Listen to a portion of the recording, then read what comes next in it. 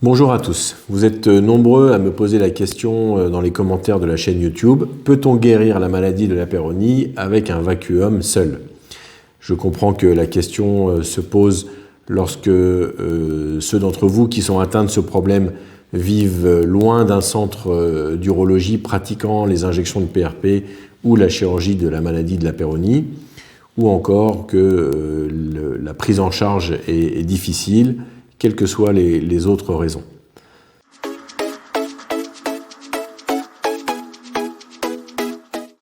La mise en place d'un traitement par vacuum, autrement dit la rééducation des tissus des corps caverneux, peut, chez certains patients, tout à fait guérir la maladie de la Peyronie. Qu'est-ce qu'on appelle guérir? Ça n'est pas forcément obtenir une verge totalement droite, à 0 degré de déformation. Ça n'est pas forcément retrouver la verge que l'on avait avant d'être atteint de cette maladie, mais c'est en revanche retrouver une situation dans laquelle la déformation n'est plus une gêne, ni pour celui qui en est atteint, ni pour sa partenaire, que cette plaque ne provoque plus de douleur, que les érections sont bonnes.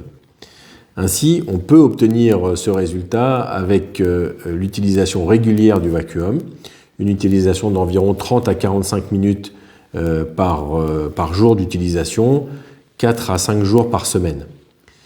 Toutes les plaques de maladie de la Peyronie ne réagissent pas de la même façon à l'utilisation du vacuum, et chez certains, la plaque est calcifiée, beaucoup trop dure, et il ne se passera que peu d'événements, voire pas du tout, aucune amélioration liée au vacuum. Dans ces cas-là, il va falloir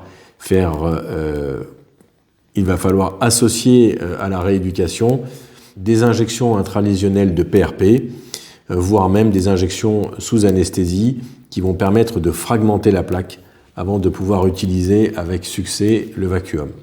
Chez d'autres encore, malgré toutes ces mesures, rien ne se passera et c'est bien un traitement chirurgical qu'il faudra envisager pour régler le problème.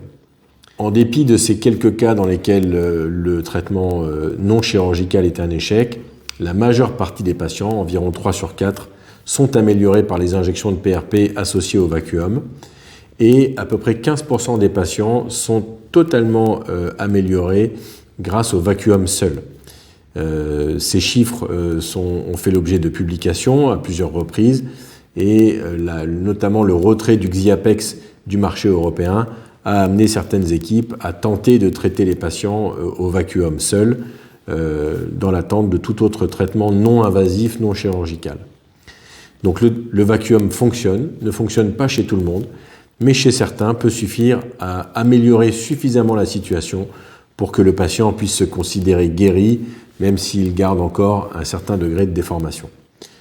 En conclusion, si vous comptez vous traiter de votre maladie de la Peyronie sans avoir recours à la chirurgie, l'utilisation du vacuum ou d'un autre appareil de traction comme un extenseur va être importante. Cette utilisation régulière fait partie intégrante du traitement. Ce traitement ne peut pas reposer uniquement sur les injections, à moins que votre urologue vous indique le contraire, car ça peut être le cas dans certaines situations, mais dans la majorité des cas, il va falloir utiliser un appareil de traction pour améliorer les chances de guérison, et parfois même, cet appareil de traction va être suffisamment efficace pour vous guérir à lui seul, sans avoir recours aux injections. À bientôt.